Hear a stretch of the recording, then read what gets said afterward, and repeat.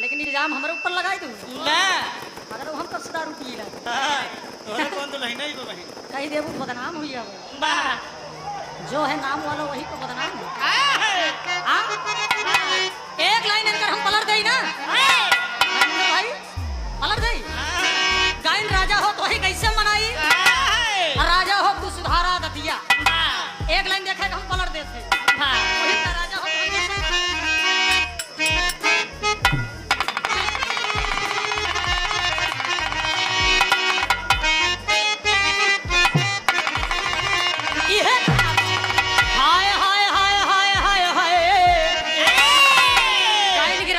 कैसे मनाई ना देखो मलोक भाई का उल्टा था मुस्कान अपने ऊपर ना लियो अपने ऊपर ना लियो नथा ना लियो हाँ लड़कियन का हम गवैया उनका थोड़ा हिसाब किताब दूसरा रखे लागे काहेस कि वो पहरे जाए बात चाहे चार बात सुनी ना लेकिन अगर घरे मनाई सुनाई दे तो उनका नेवल लग जाए हाँ घरे मनाई सुनाई दे नेवल लग जाए पहरे जाए बात चाहे चार छह सुनी ना लेकिन खैर कोई बात नहीं अंदाज है एकदम पलटन का है हाय हाय हाय हाय हाय हाय अगर दुल्ही न हो तो है कैसे निहुरा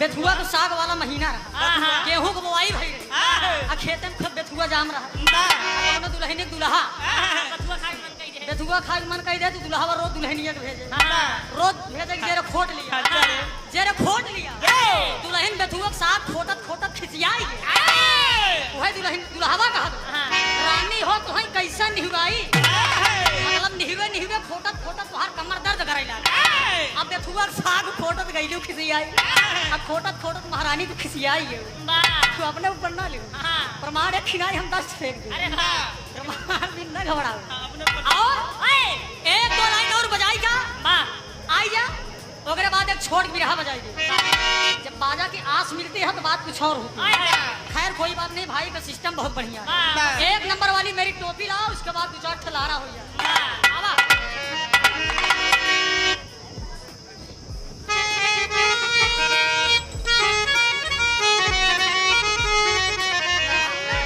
अस्सलाम वालेकुम भैया सलाम वालेकुम ठीक है ना लगत ना ना लगत हो बताया हर गवैया का अंदाज वैसे यहाँ रोहिता का अंदाज कुछ और बात है कहना है 4 लाइन का शेर ना हो आइए मास्टर साहब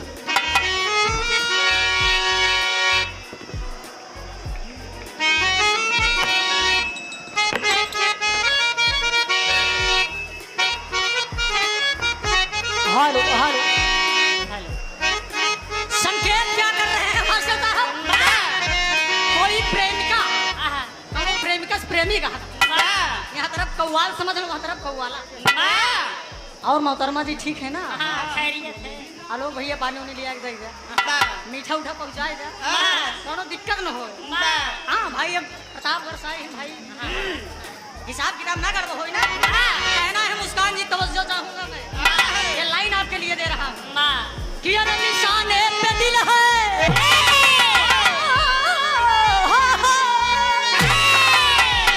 कि निशाने पे दिल है निशानी न मांगो अरे मेरी जान मुझसे जवानी न मांगो निशाने पे दिल है निशानी न मांगो मेरी जान मुझसे जवानी न मांगो अरे मुकाबले में आई हो कहाँ पे आई हो मुकाबले में आई हो तो थोड़ा धैर्य रखो मिलेगा बारी बारी से हर आइटम मिलेगा फिर मुकाबले में आई हो मुस्कान जरा देर ठहरो मेरी जान अभी रात बाकी है पानी न मांगो कहना है क्या हंसता हुआ नूरानी चेहरा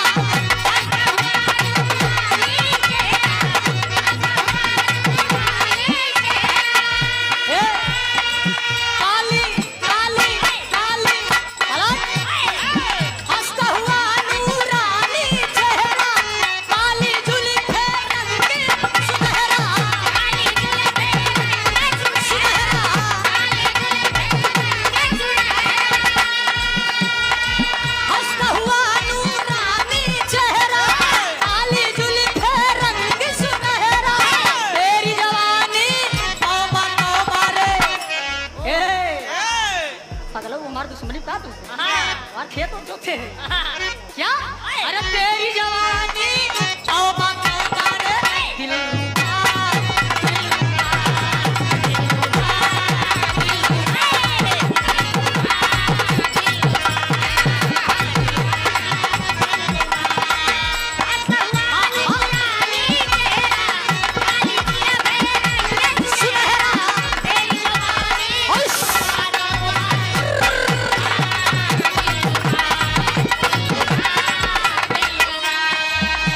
अरे तुम तो क्या? अरे तुम तो धोखेबाज हो, वादा करके भूल जाती हो। धोखेबाज हो, वादा करके भूल जाती हो। धोखेबाज हो, वादा करके भूल जाती हो। अरे रोज रोज ये गोरी रे, ए पगली रोज रोज तुम जो सनम ऐसा करोगी, रोज तुम जो सनम ऐसा करोगी, रोज तुम जो सनम ऐसा करोगी। अरे रोज तुम जो सनम ऐसा करोगी, अरे हम जब उठ जाएंगे तो आह भरोगी। बड़ी चालाक हो मुस्कुरा के, अरे दिल जलाती हो। बड़ी चालाक हो मुस्कुरा के दिल जलाती है।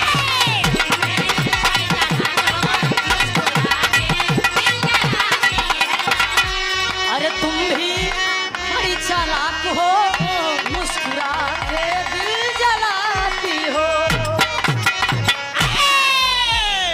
एक लाइन और है, कहना है, बड़ी मिजाजी लाइन है और ये नया मसाला जा रहा है मसाला गुरु की तरफ से। क्या कहना है? यल्ला यल्ला ये अदा यल्ला ये अदा कैसी है? हंसी यल्ला ये अदा कैसी है? इन हसीनों में यल्ला ये अदा कैसी है? इन हसीनों में यल्ला ये अदा कैसी है? रूठे पल में ए उसका पत्नी चोरी की नई लड़की रही। लड़कियन में नखरा जो समझिए वो समझिए, झेला भाई जे झेली भाई है ना। रूठे पल में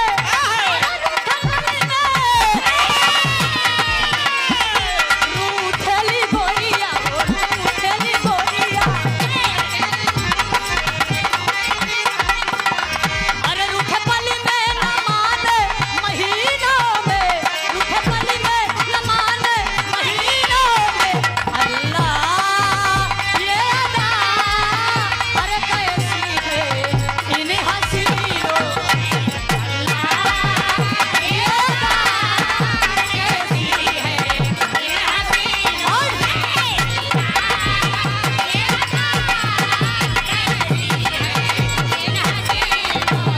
लेकिन एक लाइन मैं मुस्कान जी के लिए दे रहा हूँ और ये मेरी लास्ट लाइन है। तवज्जो चाहूंगा मुस्कान जी। अरे देदा कहाँ देगा बता रहा हूँ। अरे देदा